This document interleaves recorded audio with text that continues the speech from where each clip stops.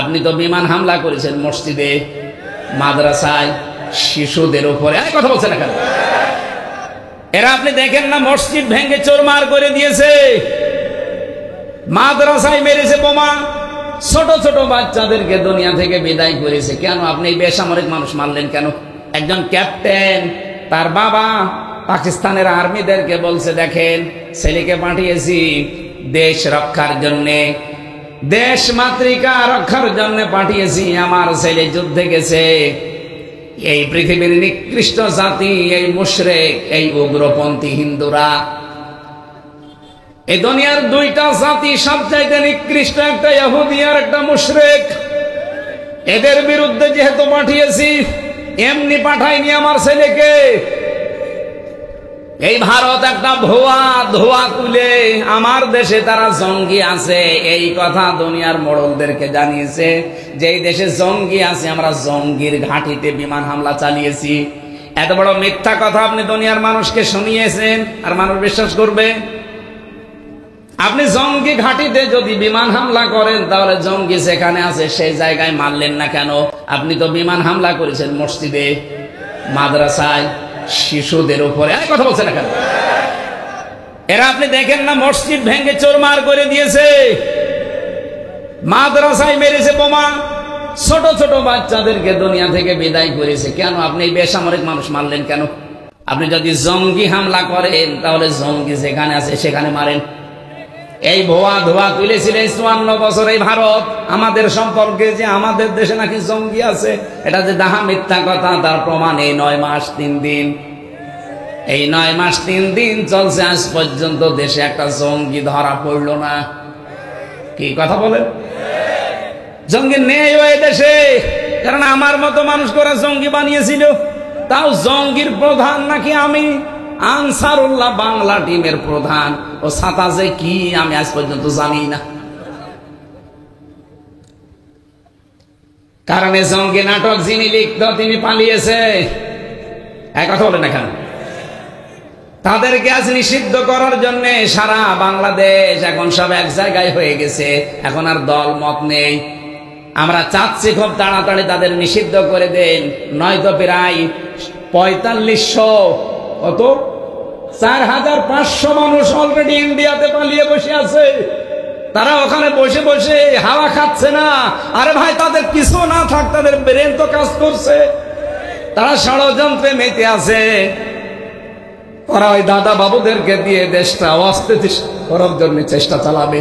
এই জন্য ওদের ব্যান্ড করে দেন, নিষিদ্ধ করে দেন। ওদের কোনো কাজ কারবার দুনিয়ায় যদি না চলে, তাহলে দেশটা অন্তত নিরাপদ হয়ে যাবে। নয়তো সামনে যদি ওরা আবার কোন কলু তৈরি করে দেশটাতে আবার হত্যাযজ্ঞ চালায়, এই দায়ভার কিন্তু যারা এখন দায়িত্বে আছেন তাদের নেওয়া লাগবে। এই কিছুদিন আগে মালয়েশিয়া গিয়েছিল, সিঙ্গাপুরে, থাইল্যান্ডে, সমস্ত দেশে ঘোরার সময় দেখেছি। আমি যে হোটেলে উঠি, হোটেলের নিচে একটু নামি, যে একটু দেখি চা মা খেয়ে আসি, দেখি 2 শয়তান বসে আছে। কি গো হুজুর, আমরা আগে পালিয়েছি। পালাবেন কেন? আপনার না 620টা বাড়ি। ওই যে চট্টগ্রামের ভূমিমন্ত্রী যেটা ছিল, ওটা বাড়ি কত? 620টা বাড়ি বানিয়েছে শয়তান। কিন্তু একটা বাড়িতেও থাকতে পারে না, হোটেলে থাকে। 5 বছরে যদি আপনি 620টা বাড়ি বানান, এর এই 9 মাস থাকলে আরো 200 বাড়ি বানাইতো। আর ওগুলো সব তোর বাবার টাকা দিয়ে নাকি? বলেন, আপনি লোক খুঁজে পান না। অবৈধভাবে যেভাবে নিবন্ধন আটকিয়ে রেখেছেন, মার্কা আটকিয়ে রেখেছেন, আমরা চাই এই 13 তারিখের রায় আছে, মে মাসের 13 তারিখ। এটা মে মাস না, আজকে 9 তারিখ, আর মাত্র কয়দিন। বাঙালিকে আর হাইকোর্ট দেখাতে যাবেন না। বলে নিয়ম মেনে, নিয়ম নীতি মেনে। কিসের নিয়ম? এদেশে কোনো নিয়ম আছে? রাষ্ট্রপতি পালিয়ে গেল কোন নিয়মে? কোন নিয়ম মেনে পালিয়েছে? চুরি করি। এদেশে কোনো নিয়মই যেহেতু চলছে না, সুতরাং আমরা এই 13 তারিখে আর বাঙালিকে হাইকোর্ট দেখাতে চাই না। এই মাজলুম দলটার নিবন্ধন এবং মার্কা আমরা ফেরত দিতে চাই। যদি কোনো ঝামেলা হয় না, এবার আগস্টের 5 তারিখ আবার আসতেছে। কথা বলেন, দেওয়ালে পিঠ থেকে গেলে আবার আগস্ট শুরু হবে। এজন্য দেওয়ালে পিঠ থাকার আগে যেভাবে আছেন, মামা ভালো ভালো দিয়ে দিন। আমি যে কথা তুলেছিলাম মাস্টার হাবিবুর রহমান সাহেবকে নিয়ে, যে কষ্ট যারা আমরা পেয়েছি, একটা আমাদের শোক অপেক্ষা করছে কয়টা, আর আমরা পরিপূর্ণ সুখ ওই দিন পাবো যেই দিন দেখবো বাংলার 56,000 বর্গ মাইল আল্লাহর এই কালাম দিয়ে চলছে। কি আপনারা জিজ্ঞাসা করেন, সেদিন আমরা পরিপূর্ণ শান্তি পাবো? কথা বলেন না কেন? এইটা দেখার আশায় আছি। জীবনের শেষ দিন হলেও যেন আল্লাহ এটা আমাদেরকে দেখায় যে এইটা দিয়ে বাংলাদেশ চলছে। আপনি মিনি জান্নাত দেখতে পাবেন বাংলাদেশে ইনশাল্লাহ। আজকের মাহফিলটা যার মাধ্যমে নিয়েছে, আমি যেহেতু আকিস গ্রুপের 8 দিন হাসপাতালের খতিব ছিলাম, ওখানকার একজন কর্মচারী আছে আপনাদের এলাকার জামাই, টাঙ্গাইলে বাড়ি, মঞ্জুরুল নাকি যেন নাম, মঞ্জুর ভাই নাকি যেন নাম। ওই ভাইয়ের মাধ্যমে উনি বারবার বলছিলেন আমার শ্বশুরের এলাকায় একটা মাহফিলে যাবে, কিন্তু আপনারা কথাটা ঠিক রাখেননি। আমারে বলেছিলেন 9:30টায় তুলবেন, আমি কিন্তু 9:45 এসে বারবার বলছি যে আমার তুলে দেন তুলে দেন। আমি বলছো ভাই কেবল উঠলো, ভাই কেবল উঠলো, ভাই উঠলো, দুলো ভাই উঠবে না, এত দেরি করে ফেললেন। আমরা এত রাত পর্যন্ত জেগে থাকাই নিষেধ। ওরা যা টর্চার করেছে ব্রেন্ডের উপরে, এই যে 10 দিন হাসপাতালে পড়েছিলাম এই মাথাটা নিয়ে, এই সাইডটা পুরা ওই সময় প্রায় ড্যামেজ হয়ে গিয়েছিল এই রাত জাগার কারণে। কারণ জেলখানায় একটাই সমস্যা, ঘুম হয় না, কোনো কাজ নেই কাম নেই, 24 ঘন্টা এক ঘরের ভেতরে বসে আছি, কিন্তু ঘুম আসতে চায় না। এত ঘুমের বড়ি খেয়েছি এই 3 বছরে, ঘুম আসে না। এই কারণে আমার মাথার অনেক ক্ষতি হয়ে গেছে। ডাক্তার যত দেখালাম সব এক কথা বলে যে রাত জাগবেন না, সর্বোচ্চ রাত 10:30টার ভেতরে আপনি ঘুমিয়ে পড়বেন, আর আপনার তোলেনি রাত 10টায় 10:30টায়। এই জন্য দেরি হয়ে গেছে আজকে। আগামীতে কোনো জায়গায় নিয়ে আসলে 9টায়, আমার প্রত্যেকটা মাহফিল খাতায় লিখে দেওয়া যে রাত 9টায় তুলে দেবেন, 10:30টায় শেষ। এই সাতক্ষীরা আর ওদিকে সিরাজগঞ্জ, এই 2 জেলায় সমস্যা। এই 2 জেলা আগামী থেকে আমি আর আসবো না। আপনারা কথা ঠিক রাখেন না। গরু দিয়ে চাষ করে খাবেন, গরুই যদি মরে যায় আসবো কি করে? মেরে ফেলবে তো। হ্যাঁ 9টায় দিলে আসবো আবার, কিন্তু দেরি করলে এই জেলায় আর আসা যাবে। মাই মনসুরুল ভাইয়ের জন্য দোয়া করছে আপনাদের এলাকার জামাই, ওনার মাধ্যমে আজকে এসেছি। আল্লাহ রাব্বুল আলামিন তাকে হায়াতে তাজ্জেবা সিহাতে কল্লিয়া দান করুন, এবং এই মাহফিলের বরেণ্য সদস্য যারা, যাদেরকে অ্যাক্টিভিটিস দেখলাম অনেক সুন্দর সুন্দর করে তারা কাজ কারবার করেছেন। ময়না ভাই বলে একজন আছে, উনি দোয়া চাচ্ছিলেন আজকে আসার সময়।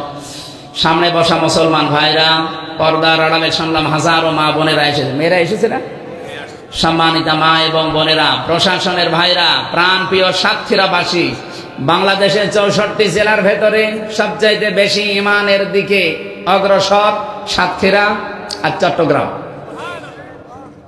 এই জেলার মানুষকে আমরা সারা বাংলাদেশের মানুষ এমনি আলাদা চোখে দেখি, কারণ টর্চার খুব বেশি হয়েছে এই জেলার উপর।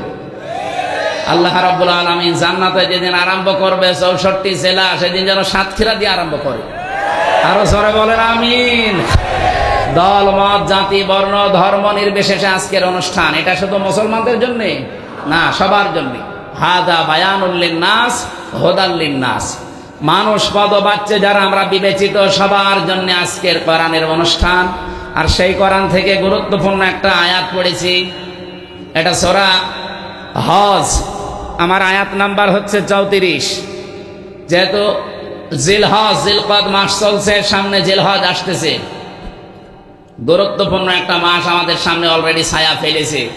4টা মাস আল্লাহর কাছে পবিত্র মাস, একটা মুহররম, রজব, জিলকদ, জিলহজ। এই মাসগুলোর কিছু দায়িত্ব কর্তব্য পালন করা লাগে।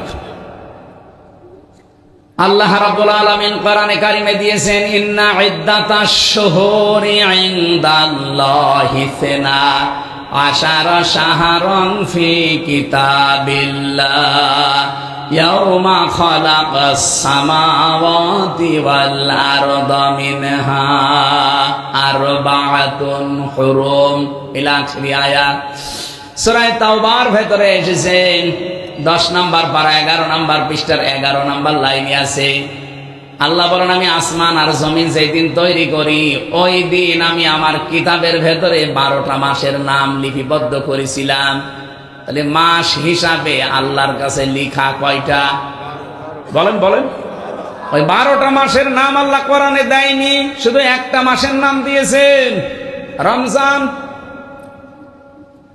বাকি 11 মাসের নাম কোরআনে দেয়নি, এটা তাফসিরে হাদিসে আমরা পেয়েছি। আল্লাহ বলেন মিনহা আরবাতুন হুরুম, এর ভেতরে 4টা মাস আমার কাছে পবিত্র। মুহররম একটা, রজব একটা, জিলকদ যেটা আমরা এখন আছি, আর একটা জিলহজ। ওই জামানায় মাসগুলোকে সম্মান দিত কাফেররা পর্যন্ত। ওরা যদি এই সারা বছর যুদ্ধ বিগ্রহ মারামারি গন্ডগোল করত, কিন্তু এই মাস যখনই জিলহজ, জিলকদ, মুহররম, রজব আরম্ভ হয়ে যেত, তখন তাদের মারামারি গন্ডগোল যুদ্ধ বিগ্রহ বন্ধ। এই মাসগুলো চলে যাক, আবার করে দেখে নেব। আপনি চিন্তা করেছেন কাফের আল্লাহকে বিশ্বাস করে না, কিন্তু 4টা মাসকে তারা সম্মান দিয়ে চলেছে। এই মাসগুলো আসলে তারা তাদের মারামারি গন্ডগোল হামলা মামলা কেস কাম বন্ধ করে দিত। আর আমরা মুসলিম, কোরআন বিশ্বাস করি, কোরআনের ভেতরে 12টা মাসের নাম আল্লাহ দিয়েছেন, আমরা বিশ্বাস করি। ইনদাল্লাহি 12 শাহরান, এই যে 12টা মাস, তাহলে আমাদের তো সম্মান আল্লাহ নিজে যখন দিয়েছেন, এই মাসগুলোকে আমাদের আরো বেশি করা দরকার। এ মাস আসলে আমার মনে হয় আমাদের মারামারি গন্ডগোল মনোমালিন্য, একে অন্যের পেছনে লেগে থাকা, এগুলো সব স্টপ হয়ে যাওয়া দরকার। এই কথা বলছেন আমার? এই মাসগুলো আসলে অন্তত একটু সম্মান জানান। যেহেতু জিলকদ আরম্ভ হয়ে গেছে, আজ 3-4 তারিখ চলছে, এই মুহূর্তে সিদ্ধান্ত নেন আমার সাথে যার যার ঝামেলা আছে হবে, যদি শুরু করা লাগে এই মাস চলে যাক, আমি আবার আরম্ভ করব। অন্তত এই মাসে আমি থেমে গেলাম। পারা যাবে না? বলেন বলেন। নবীজি মসজিদে নববীতে বসে আছেন, দরজা দিয়ে এক সাহাবী প্রবেশ করলেন। আল্লাহর নবী জানিয়ে দিলেন যে এই লোকটা আল্লাহর জান্নাতি। দ্বিতীয় দিন আবার বললেন এই লোকটা আল্লাহর জান্নাতি। তৃতীয় দিন আবার বললেন এই লোকটা আল্লাহর জান্নাতি। সাহাবীরা বলে হুজুর কি এমন কাজ করেছে লোকটা আল্লাহর জান্নাতি? একজন সাহাবী হযরত সাদ ইবনে আবি আক্কাস রাদিয়াল্লাহু তাআলা আনহু, তিনি বলেন আমি তার জীবনের কাজকর্ম দেখার জন্য ছদ্মবেশে তার বাড়িতে আমি আশ্রয় নিলাম। ডাক দিয়ে বললাম আল্লাহর বান্দা, আমি আপনার বাড়িতে মেহমান হতে চাই। 3টা দিন আমি তার সাথে আছি, তার বাড়িতে লেগে আছি, দেখি যে দিনিয়া রাতে কি কাজ করে, এমন কোন গোপন আমল আছে কিনা। আমার সাথে নামাজ পড়ে 5 ওয়াক্ত, কথাবার্তা বলে, যেভাবে চলি আমি ওইভাবে চলে, তার গোপন কোন আমল আমি দেখলাম না। শেষ পর্যন্ত বলেই ফেললাম যে আপনি কি করেন? আপনাকে নবী যেতে 3 দিন পর পর জান্নাতি বলে ঘোষণা দিলেন, আপনি কি করেন? কি আমি তো কিছুই দেখলাম না। লোকটা বলে আল্লাহর বান্দা, আমার জীবনে এতটুকু কাজ আছে, আমি সারাদিন সারা রাত যা করি, সন্ধ্যা বেলা যখন এশার নামাজ আদায় করে ঘুমাতে যাই, কারো উপরে কোনো বিদ্বেষ আমি রাখি না, কারো উপরে কোনো রাগ নেই, কারো উপরে কোনো অভিমান নেই। যে যা আমার সাথে করেছে, অন্তত এশার নামাজের পরে একটা নির্মল শান্ত মন নিয়ে আমি ঘুমিয়ে যাই, আশা নিয়ে যে ঘুম থেকে উঠতেও পারি, বিদায় নিতেও পারি। সুতরাং আমি কারো উপরে অভিযোগ রেখে করব কি? আমি সব আল্লাহর জন্য মাফ করে দিলাম। এভাবে আমি ঘুমিয়ে যাই, সকালবেলা একটা শান্ত মন নিয়ে আল্লাহ আমাকে আবার জাগিয়ে তোলে। আমার মনে হয় আল্লাহ পাক আমার এই কাজটা পছন্দ করেছে, নবীর মাধ্যমে আমার জান্নাতের সুসংবাদ দিয়েছে। সাতক্ষীরাবাসী, হাদিসটা শুনতে খুব সহজ মনে হচ্ছে, নিজের সাথে মিলান তো। আমি আপনি পেরেছি? এই লোকটা ঘুমানোর আগে যার প্রতি যে রাগ ঝাল আছে, অভিযোগ আছে, সব মাফ করে দিয়ে একটা মন নিয়ে ঘুমায়, শান্ত মন, নির্মল। আর আমরা সারাদিন যা করি, সারা রাত যা করি, অন্তত ঘুমানোর আগে বালিশে মাথা দিয়ে চিন্তা ভাবনা করে যে সকালবেলা কার 12টা বাজাবো। কথা বলে না কেন? সকালবেলা কারে ধরিয়ে দেব, মিথ্যা মামলা দেব, মিথ্যা সাক্ষী দেব, কার কোনটা আমরা ডাকাতি করব, চুরি করব, মেরে খাবো, শুধু এই ধান্দায় আছি। আমি একটা হাদিস পড়েছিলাম না, হযরতে আবু যর রাদিয়াল্লাহু তাআলা আনহু থেকে বর্ণিত, বিশ্ব নবী জানিয়েছেন মানিদ্দাআ মা লাইসা লাহু ফালাইসা মিন্না ওয়া লিয়াতাবাওয়া মাকআদাহু মিনান নার। মুসলিম শরীফের হাদিস, 61 নাম্বার হাদিস এটা। নবীজি বলেন যে জিনিস তোমার না, ওইটা যদি তুমি নিজে দাবি করো, ওই দিন থেকে তুমি আমার উম্মত না। কথা বুঝেছেন না? বোঝেন? যেই জিনিস আপনার না, ওইটা যদি আপনি নিজে দাবি করেন যে এটা আমার, তাহলে ওই দিন থেকে আপনার শাস্তি, আপনি নবীর উম্মত নেই। অলিয়াতা বাউয়া মাকআদাহু মিনান নার, 2 নম্বরের শাস্তি, আপনি জাহান্নামে একটা স্থান তৈরি করে নিলেন। বলেন তো বাংলাদেশে হাদিসের লোক নেই? যে জিনিস আপনার না, আপনি জোর করে দাবি করেন, কেউ চাঁদাবাজির মাধ্যমে, নাকি এসেলায় চাঁদাবাজি নেই? আপনি কি আবার বুঝে ফেললেন? আপনার বোঝা লাগবে না। কত মানুষ দেখেন আগস্টের 5 তারিখের পর থেকে যে জিনিস যার না, সে কিন্তু নিজের দায়িত্বে নিয়ে নিয়েছে। যা নিয়েছেন ফেরত দেওয়া লাগবে, নাই তো নবীর উম্মত আপনি আর নেই। ফালাইসা মিন্না, ফা দিয়েছেন, 19টা অর্থে ব্যবহার হয় ফা শব্দটা। ফা অক্ষর 19টা অর্থে আসে। প্রথম অর্থ হচ্ছে বালাগাত মানতে কি আছে, আগের কোন কথা যদি আপনার জীবনে থাকে, পরের যে শব্দ আসতেছে এটা আপনার জন্য মাস্ট বি, লেগে যাবে। এই জন্য ফা মাঝখানে দিয়েছেন। নবীজি ফা না দিলেও আমি অর্থ করতে পারতাম, কেন ফা দিলেন? ফালাইসা মিন্না। সুতরাং উপরে বর্ণিত গুণ যাদের আছে, যারা ডাকাতি করেন, চুরি করেন, চাঁদাবাজি করেন, ঘুষ খান, সুদ খান, বিভিন্ন কায়দায় মানুষের সম্পদ নিজের মনে করে নিয়ে চালিয়ে যাচ্ছেন, বাবা শাহজালাল সব হালাল, আপনি কিন্তু আর নবীর উম্মত নেই। এই মুহূর্তে যদি ওগুলো ফেরত না দেন, আপনি নবীর উম্মতের বাইরে চলে গেছেন। 2 নাম্বারটা আরো কঠিন, আপনি যেন জাহান্নামে নিজের একটা স্থান তৈরি করে রেখে দিলেন। বলেন নাউজুবিল্লাহ। হ্যাঁ, আপনার কোন জিনিস যদি হাতছাড়া হয়ে যায়, ওইটা যদি আপনি আবার ফেরত পান, তাহলে আপনি এই হাদিসের শাস্তির আওতা মুক্ত থাকবেন। কথা বুঝেছেন না? বোঝেননি? এটা ভালো করে শুনুন। কোন জিনিস আপনার ছিল, কিন্তু আপনি ওই জিনিসটা হারিয়ে ফেলেছেন অথবা বেদখল হয়ে গেছে, ওইটা যদি আপনি আবার ফেরত পান, তাহলে আপনি এই হাদিসের আওতা মুক্ত থাকবেন। এটা আপনি টিকায় লেখা পাবেন মুসলিম শরীফের। এই যে ইসলামী ব্যাংক যাদের ছিল, হাতছাড়া হয়ে গিয়েছিল, এখন আবার তারা ফেরত পেয়েছে। আসতে বললেন কেন? কিন্তু অনেক মানুষ আমরা দেখি, তারা বলছে না জানি ইসলামী ব্যাংকও নাকি চুরি হয়ে গেছে, ছিনতাই হয়ে গেছে। এরকম মিথ্যা কথা বলতে পারলেন? ইসলামী ব্যাংকে আপনার বাবার নাকি? যাদের ব্যাংক তারা ফেরত পেয়েছে। যারা বানিয়েছিল মাথার ঘাম পায়ে ফেলে, তারা হারিয়ে ফেলেছিল ওটা, এখন তারা ফেরত পেয়েছে। তাদের জিনিস তারা পেয়েছে, আপনি এখানে ফতোয়া দিলেন কোন কারণে? না বোঝার ভান করে থাকলে কিন্তু আপনার খবর আছে। আমি আবার বলছি, কোন জিনিস আপনার ছিল, হাত ছাড়া হয়ে গিয়েছিল, হারিয়ে ফেলেছিলেন, আবার ফেরত পেয়েছেন, আপনি ফালাইসা মিন্নার ভেতরে থাকবেন না। ওয়ালিয়াতা বাউয়া মাকআদাহু মিনান নারের ভেতরে আপনি নেই। কিন্তু জিনিস আপনার না, আপনি জোর করে দখল করে নিজের দায়িত্বে রেখে দিলেন, ওই দিন থেকে আপনি নবীর দল থেকে বের হয়ে চলে গেছেন। সুতরাং যারা নবীর উম্মত নেই, এখন অনেকে এরকম মানুষ নেই, নবীর উম্মত আপনি কিন্তু নেই। আপনি এখন নবীর উম্মত যেহেতু নেই, মরে গেলে এখন জানাজা দেওয়া ঠিক হবে? কবরে দেওয়া? বলেন এরকম চরিত্র আছে কাদের? যাদেরই আছে, আমি নাম নিলাম না, আপনি কিন্তু টের পাচ্ছেন, আর এটা রেকর্ড হচ্ছে, সারা দেশে এখন চলছে। যারা যারা শুনছেন তারা ফেরত দেন, নাই তো আমাদের মতো মানুষকে আপনারা ডাকবেন না মরে গেলে। কারণ আপনি, আপনার জন্য আমি বিসমিল্লাহি ওয়া আলা মিল্লাতি রাসূলিল্লাহ মিথ্যা কথা বলবো কেন? যে আল্লাহর নামে রসুলের দলে তুলে দিলাম, রসুলের দলেই নেই, ফালাইসা মিন্না। আশা করছি কথা বুঝেছেন। এরপরও যদি না বোঝা ভান করে থাকে, এদিকে আসেন, আসেন আসেন আসেন। যারা এখনো বলছেন যে না আমি এখনো বুঝি নাই, নাম ধরেন, নাম ধরা লাগবে না, এদিকে আসেন। কানের নিচে এমন জোরে 2টা দেবো, আপনি সব বুঝে ফেলবেন। আপনি অন্যের জিনিস দখল করে নিজের দায়িত্বে রেখে দেবেন, আর বলবেন যে আমি কি নামাজ পড়ি না, আমি কি রোজা রাখি না, আমি হজ করে এসেছি। আপনার হজ ধুয়ে আল্লাহ পানি খাবে? আপনি তো হজ করে সাতক্ষীরা মসজিদের সভাপতি হয়ে বগল বাজাচ্ছেন যে আমি মসজিদের সভাপতি সাতক্ষীরা, আর আবু জেহেল ছিল কাবা শরীফের সভাপতি।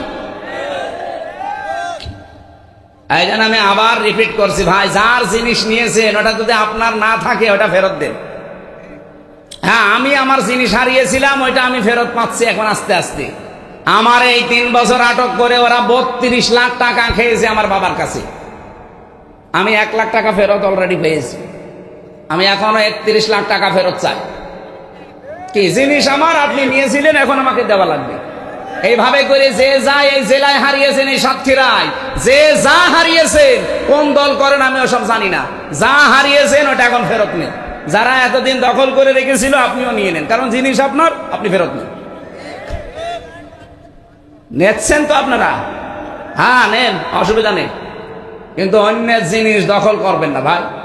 অন্যের কোন জিনিস যেটা আপনার না, জোর জবরদস্তি করে দখল করে যদি কোনো কায়দায় চালিয়ে দেন যে না বাবা শাহজালাল সব হালাল, আপনি কিন্তু নবীর উম্মতের বাইরে চলে যাবেন। আমার মনে হয় আপনারা বুঝে ফেলেছেন ওয়াজ, আলহামদুলিল্লাহ বুঝে ফেলেছেন, ঠিক আছে। আজকের তেলাওয়াত কিন্তু আয়াত যেদিকে, যেহেতু মাস একটা পবিত্র মাস, ওই সাহাবীর মতো জীবন আমাদেরও তৈরি করা দরকার, যে এতদিন যাই ছিল হঠাৎ করে এই জিলকদ এসে গেছে, হারাম কোন কাজ আমরা আর যাব না, যত হারাম কাজ সব থমকে দাঁড়িয়ে গেছি, বন্ধ। আমি এখন একটা নির্মল মন নিয়ে ঘুমিয়ে যাব, কারো উপরে আমার কোনো রাগ নেই, অভিযোগ নেই, অভিমান নেই। এরকম 7টা শিক্ষা আছে শুধু এই জিলকদ মাসে। আল্লাহ রাব্বুল আলামিন বলেন, এটা গুরুত্বপূর্ণ বিধান, আমার নবীর উম্মতদেরকে আপনারা জানিয়ে দেন। কি সেটা? কোরবানি। যেহেতু সামনে আর 25-26 দিন আছে, এই বিধানটা আমাদের জানা দরকার। এখান থেকে কয়েকটা শিক্ষা আমাদের দিতে চাই। এই যে আপনি 2.5 লাখ 3 লাখ 5 লাখ টাকা দিয়ে কোরবানি কিনবেন, এত টাকা দিয়ে জবাই করে যদিও ছাতা কবুলই না হয়, তাহলে ওই টাকাগুলো পানিতে ফেলা না, খালি গোশত খাওয়ার জন্য গোশত আলাদা কিনে খেতে পারতেন না? এই জন্য গুরুত্বপূর্ণ বিধান এটা। জবান ছেড়ে সূরা হজের এই 34 নম্বর আয়াত থেকে কিছু কথা শুনতে চাই আমরা, নাকি বাড়ি চলে যাবেন? জবান খুলে বলেন, আউযু বিল্লাহি মিনাশ শাইতানির রাজিম, বিসমিল্লাহির রহমানির রহিম। এটা একটু নামিয়ে নেন, পড়ে গেলে সমস্যা হবে, কিছু দেওয়া লাগবে না। ওয়ালিকুল্লি উম্মাতিন জাআলনা মানসাকাল লিয়াযকুরু ইসমাল্লাহি আলা মা রাযাকাহুম মিন বাহিমাতিল আনআম ফাইলাহুকুম ইলাহু ওয়াহিদুন ফালাহু আসলিমু ওয়াবাশশিরিল মুখবিতিন। আল্লাহ পাক বলেন, ওয়ালিকুল্লি উম্মাতিন জাআলনা। এখানে জাআলনার ফাইল আল্লাহ সরাসরি নিজে কর্তা। আল্লাহ বলেন, আমি নিজে প্রতিটি উম্মতের জন্য কি, আমি নিজে প্রতিটি উম্মতের জন্য কি, মাংসাকান, কোরবানি। এখানে নুসুক শব্দের অর্থ হয় 3টা। তাফসীর ইবনে কাসিরের ভেতরে আছে, নুসুক মানে কোরবানি করা, নুসুক মানে হজের কার্যকলাপ, ও নুসুক মানে ইবাদত বন্দিগি। এই 3টার যে কোনো একটা আপনি নিতে পারেন। যেহেতু সামনে কোরবানি, মনে করেন আপনি কোরবানিটা নিলেন, আল্লাহ বলেন প্রতিটি উম্মতের জন্য আমি আল্লাহ কোরবানি এটা নির্ধারণ করে দিয়েছিলাম। কেন দিয়েছি জানো? লিয়াযকুরু ইসমাল্লাহ আলা মা রাযাকাহুম মিন বাহিমাতিল আনআম। চতুষ্পর্যন্ত জানোয়ারগুলো যখন তারা জবাই করবে তাদের রিজিক হিসাবে, এই সময় যেন আমি আল্লাহর নামটা উচ্চারণ হয়। জোরে বলেন সুবহানাল্লাহ। ফাইলাহুকুম ইলাহু ওয়াহিদুন, তোমাদের ইলাহ একজন, আমাদের ইলাহ এই একজনই। ফালাহু আসলিমু, সবাই তার কাছে আত্মসমর্পণ করো। ওয়াবাশশিরিল মুখবিতিন, হে নবী যারা আত্মসমর্পণ করবে এদেরকে আপনি সুসংবাদ দান করেন, এই বিনয়ী মানুষদেরকে। এ পর্যন্ত ছিল বাংলা অর্থ। এবার আসেন তো আমরা ব্যাখ্যায় যাচ্ছি। ওয়ালিকুল্লি উম্মাতিন, প্রত্যেকটি জাতির জন্য। এই পৃথিবীতে যত জাতি আল্লাহ পাঠিয়েছিলেন, সে আদম নবী থেকে শুরু হয়েছে, 4,500 জাতি এখন দুনিয়ায় বাস করে। কত? 4,500, তার ভেতরে আমরা একটা মাত্র জাতি মুসলিম। এরকম 4,500 ধর্মের লোক তামাম দুনিয়ার 257টা দেশ আছে। এখন 257টা দেশে তারা বাস করছে। সবচাইতে বেশি মানুষ বাস করে খ্রিস্টান ধর্মে। কোন ধর্মে? এরপরে বাস করে মুসলিম। আমরা যারা ইসলামে আছি তারা। তামাম দুনিয়া এখন খ্রিস্টানের সংখ্যা 260 কোটি প্লাস, আর আমরা মুসলমান 210 কোটি। এরপরে অন্যান্য জাতিরা আছে ভাগ ভাগ করা। সাতক্ষীরাবাসী যেহেতু আল্লাহ উম্মাতিন শব্দটা দিয়েছেন প্রতিটি জাতির জন্যে, আদম নবী থেকে এবার আমি আরম্ভ করব। আল্লাহ সূরা মায়েদার 27 নম্বর আয়াতের তাফসীর নিজে করছেন, ওয়াতলু আলাইহিম নাবা আবনাই আদামা বিল হক إذ قربا قربانا فتقبل من أحدهما ولم يتقبل من الآخر قال لأقتلنك قال إنما يتقبل الله من المتقين। বলেন আমিন। আল্লাহ পাক বলেন, নবী আপনার উম্মতদেরকে আপনি আদম নবীর 2 সন্তানের কাহিনী একটু তেলাওয়াত করে করে শোনান।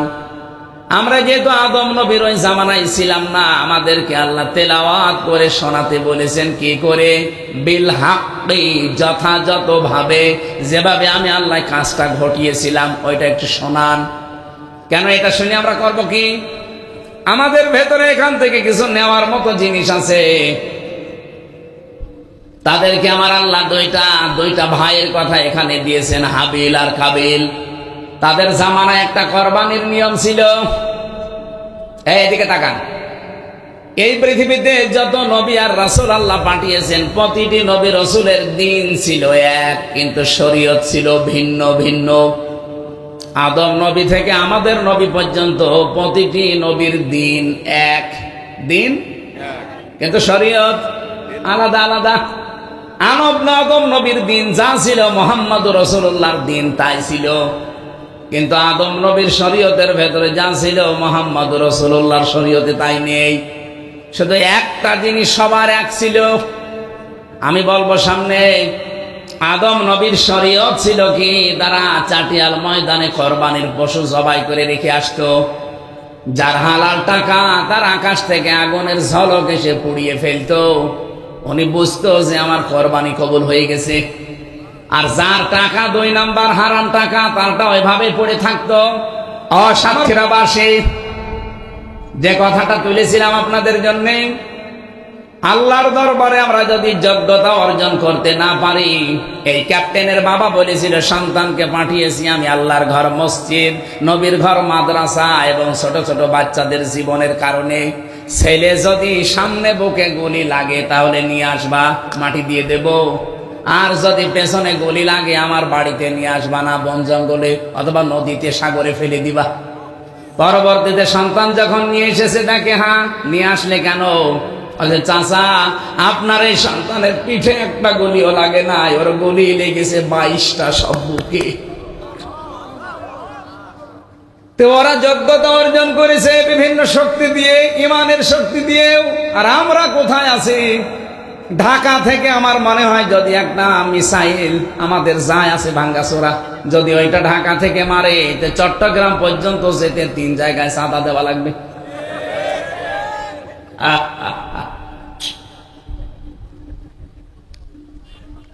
এমনি নেই তো নেই, যদি থাকেও 2-1টা। আমার মনে হয় ঢাকা থেকে চট্টগ্রাম মাত্র 250 কিলো, ও দেশ পারও হবে না। 250 কিলো যেতে যেতে 3-4 জায়গায় চাঁদা ধরবে। একবার ওই যে নারায়ণগঞ্জে বসে আছে আল্লাহর ওলি শামীম ওসমান, 72 রাকাত তাহাজ্জুদ পড়তো। পুরাটা মিথ্যা কথা। তাহাজ্জুদের নামাজ মাত্র কয় রাকাত? 8 রাকাত নয় 12 রাকাত। তো 72 রাকাত পড়ে, তার মানে জীবনে নামাজই পড়ে না তাহাজ্জুদে। ওই জায়গায় একবার ধরতো।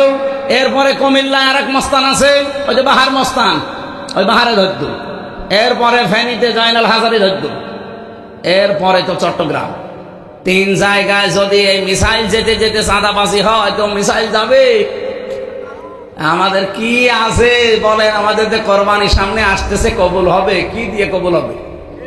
আমাদের তাকওয়া আছে। তাকওয়া মানে শুধুমাত্র জব্বা গায়ে দিয়া না, আল্লাহর ভয় না। তাকওয়া মানে যজ্ঞ। 2 নম্বরে তাকওয়ার ব্যাখ্যা, তাকওয়া মানে আল্লাহর নিষিদ্ধ কাজগুলো ঘৃণা ভরে ছেড়ে দেওয়ার নাম তাকওয়া। এমনি ছেড়ে দেওয়ার নাম খৌফ। আর তাকওয়া হচ্ছে নিষিদ্ধ কাজ যেগুলো ঘৃণা ভরে ছেড়ে দেওয়া, এর নাম কি? এই যে পরকীয়া প্রেম যারা করেন, এটা নিষিদ্ধ কাজ না? বলেন বলেন, এটা শুধু ছেড়ে দিলে হবে না ঘৃণা করে ছেড়ে দেওয়া লাগবে? কারা কারা ছেড়ে দেবেন হাত তোলেন তো। এই লাইন চলছে কার সাথে? এদিকে আসেন। ওরা 2 হাত তুলেছে। দাড়ি মুখে নিয়ে লজ্জা করেন আপনার? কার সাথে লাইন আছে আপনার বলেন? আর ভাবির সাথে না প্রতিবেশীর স্ত্রীর সাথে, শালীর সাথে, যার সাথে লাইন থাকে এই মুহূর্তে তওবা করেন। মোবাইল নাম্বারে না নাম্বার ডিলিট করে দেন। না না, আমি হাসির জন্য বলি না। যাদের যার সাথে লাইন আছে এই মুহূর্তে নাম্বার ডিলিট করেন। মেয়ে লোকের সাথে গল্প করা জায়েজ নেই, শুধু 14 জন মেয়ে লোক ছাড়া। কয়জন? আপনার নিজের মা, নিজের আপন বোন, নিজের ফুফু, নিজের আপন খালা, নিজের পুত্র বধূ, ভাইয়ের মেয়ে, বোনের মেয়ে, এরকম 14 জন মহিলা আছে স্ত্রী। এর বাইরে যদি কারো সাথে গল্প করতে চান মোবাইলে, প্রথমে সালাম দেওয়ার পরে যদি দেখেন যে না এই 14 জনের গলার মতো হচ্ছে না, কেটে দেবে। জায়েজ নেই কথা বলা। কিসের কথা বলবেন আপনি? আপনি কি মাসলা মাসাইল জানেন যে আপনাকে মাসলা জিজ্ঞাসা করে? আমার এই মোবাইলে যত কল আসে বিভিন্ন মাসলার জন্য, যদি আমি গল্প আরম্ভ করি ঘন্টার পরে 24 ঘন্টা কিন্তু গল্পই করা লাগবে। এই 2 দিন আগে মালয়েশিয়া থেকে, ইন্দোনেশিয়া থেকে, ওরা তো এই ফেসবুকে চেহারা দেয় না, এমন এমন সুন্দর করে কাটিং দেয়, আপনি দেখলে পাগল হয়ে যাবে। এ দিয়ে প্রথমে মেসেজ দেয়, মেসেজের রিপ্লাই দিলাম যে কি কোনো সমস্যা, কিছু দরকার, তারপরে আর কিছু দেয় না। তার মানে যদি কল ধরতাম, কথাবার্তারা এমন ভাবে শুরু করতো, ওইটা ওরা রেকর্ড করে ইন্টারনেটে দিয়ে বলতো এই দেখেন হামজা। আমার 12টা বেজে যেত না। একবার সেই কি ট্রাক যেন, মোরাদ ট্রাক, টাকলা মোরাদ, 6 মিনিট 32 সেকেন্ড শুধু ফাঁস হয়ে গেছে। ওর মন্ত্রিত্ব গেছে, এমপি গিরি গেছে, দল থেকে বাদ দিয়েছে। আর আমার যদি কিছু ফাঁস হয় একেবারে উল্টোপাল্ট হয়ে যাবে না? এই জন্য আমি পারতপক্ষে আমার এই 14 জন মহিলা বাদ দিয়ে কেউ যদি কল দেয়, মাসলা মাসাইল জিজ্ঞাসা করবেন, আমার পাশে যে হোসাইন হুজুর থাকে বলে যাই না, ও বলে যে আমি হামজা বলছি, যা বলবেন বলেন।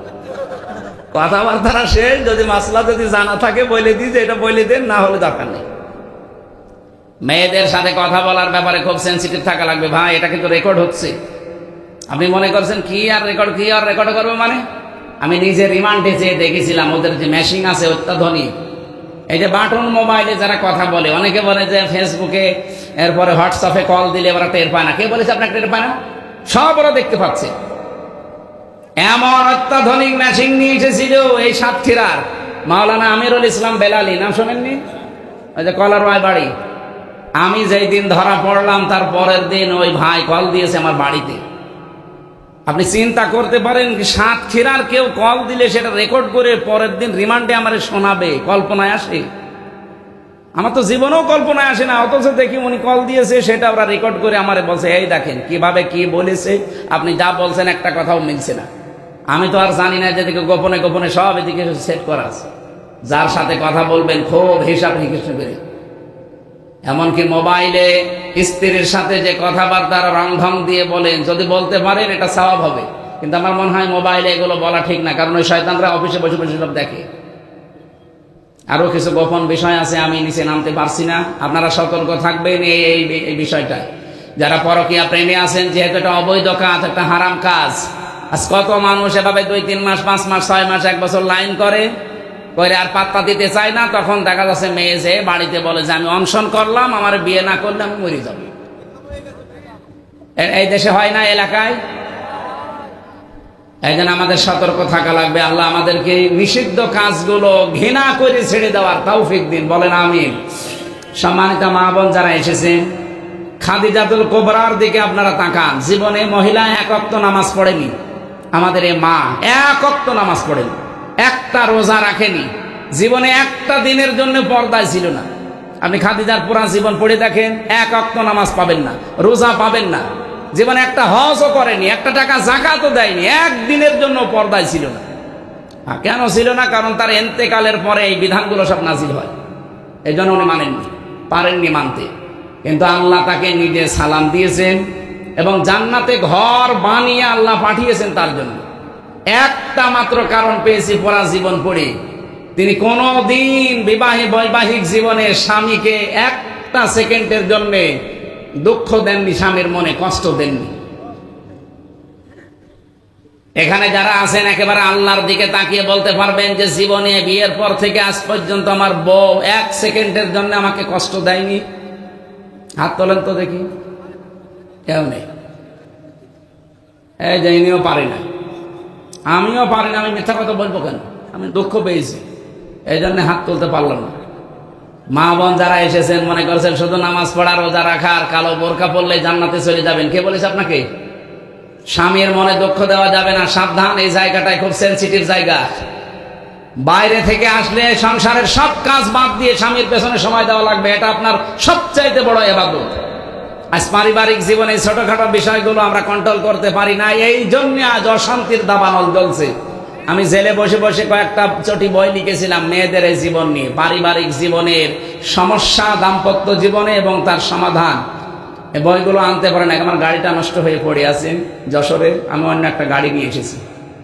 ওরা নিয়ে এসেছে কিনা আমি জানি না, এসেছে। যদি এনে থাকে তাহলে ওনাদের কাছে নিয়ে আপনার স্ত্রীকে, মাকে পড়ায়েন। আমরা আয়াতটা আর শেষ করতে পারছি না, হালকা কালেকশন করলে ভালো হয়। আবার প্রশ্ন দেখছেন, এই যারা গেছে ভেতরে ওনারা কই? লোকজন কই? যা যে নিয়ে এসেছিলেন আপনারা একটু পারলে দিয়ে দেন তো ভাই। আর আগামীতে আমি আবার বলছি, আমার রাত সর্বোচ্চ 9টা থেকে 9:30 স্টেজে তোলাই লাগবে, না হলে আমার নিয়ে আসবেন না। মেয়েটির জন্য কন্যা সন্তান হয় না, তার মাথায় পানি ঢেলে দেন। আরে মাথায় পানি ঢালা লাগবে না, এমনি দোয়া করুন। হযরত আমার আব্বা খুব অসুস্থ। হ্যাঁ ঠিক আছে। কয় আপনারা গেছেন ভেতরে? কয় লোকজন? কয় আপনার সেই লোকটা কয়? একটা লোকও তো দেখি না। কালেকশন বারবার করেছেন তো, এই জন্য মানুষ তো বিরক্ত। এখন 12টা 10 বাজে, এখন তাহাজ্জুদের সময়, আমি আর টানতে পারছি না। আল্লাহুম্মা আমিন। লা ইলাহা ইল্লা আনতা সুবহানাকা ইন্নী কুনতু মিনাজ জালিমিন। আল্লাহুম্মা গফিরলি ওয়ারহামনি ওয়াহদিনি ওয়াফিনি ওয়ারযুকনি ইয়া রাব্বাল আলামিন। আল্লাহ বিশাল আয়োজনে যারা শ্রম দিয়েছে এই মানুষগুলোকে কবুল করে নাও। এলাকায় মাটির নিচে যারা ঘুমিয়ে আছে এদেরকে তুমি ক্ষমা করে দাও। আল্লাহুম্মা আনসুর ইখওয়ানানা ফি পাকিস্তান, আল্লাহুম্মা আনসুর ইখওয়ানানা ফি ফিলিস্তিন, আল্লাহুম্মা আনসুর ফি ইখওয়ানানা হিন্দুস্তান। রব্বুল আলামিন, মুসলমানরা যেখানে কষ্টে আছে, মুসিবতে আছে, তাদেরকে তুমি বাঁচাও। এই সাতক্ষীরার মাটির নিচে যারা ঈমান নিয়ে ঘুমিয়ে গেল এদেরকে মাফ করে দাও। সম্মানিত মা বোনদেরকে তুমি খাদিজাতুল কুবরার মতো বানিয়ে দাও। আল্লাহ, স্বামী সংসারে যাদের অশান্তি আছে মেহেরবানি করে শান্তি দান করো রব্বুল আলামিন। ওরা আজকে মসজিদ গুলো ভেঙে দিচ্ছে, নবীর ঘর মাদ্রাসা মাটির সাথে মিশিয়ে দিচ্ছে, ছোট ছোট মাসুম বাচ্চাদেরকে তারা বিনা কারণে শহীদ করছে। এই পৃথিবীর নিকৃষ্ট জাতি ইহুদি এবং মুশরিকদেরকে দুনিয়ার জমিন থেকে হালাক করে দাও। মুসলমানদেরকে তুমি ঐক্যবদ্ধ হওয়ার সুযোগ দাও। আল্লাহ, মাহফিলের সম্মানিত সভাপতি, প্রধান অতিথি, বিশেষ অতিথি আমরা যারা এসেছি, যে ভাইয়ের মাধ্যমে আসলাম, আল্লাহ আমার দিনে চাকরি করে মঞ্জুরুল ভাই, তার শ্বশুর বাড়ি এলাকায় এই জামাইটাকে তুমি কবুল করে নাও। যত সদস্য জান প্রাণ দিয়ে কষ্ট করেছে আল্লাহ, সদস্যদেরকে মঞ্জুর করো আল্লাহ। এলাকায় আমার একজন বন্ধুর বাড়ি, মাওলানা আশরাফুজ্জামান আল আসাদি, আল্লাহ তোমার এই গোলামকে কবুল করে নাও। যত মানুষ আমরা হাত তুলেছি, কখন কার কাছে আজরাইল আসে জানি না।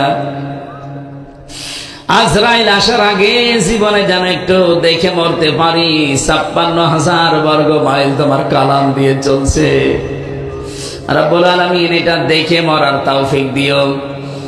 এই সাতক্ষীরাটা বলো মাজলুম জেলা, বহু টর্চার জুলুম অত্যাচার নির্যাতনে জেলার উপরে গিয়েছে। আল্লাহ তুমি এদেরকে আবার ঘুরিয়ে দাঁড়ানোর তৌফিক দাও। কোরআনের পতাকা এই জেলা থেকেই তুমি উড়িয়ে দাও। ফ্যাসিস্ট যারা, খনি যারা, হাজার হাজার মানুষের জীবন যারা নষ্ট করে দিয়েছে, আল্লাহ তুমি জমিন থেকে তাদেরকে হালাক করে দাও।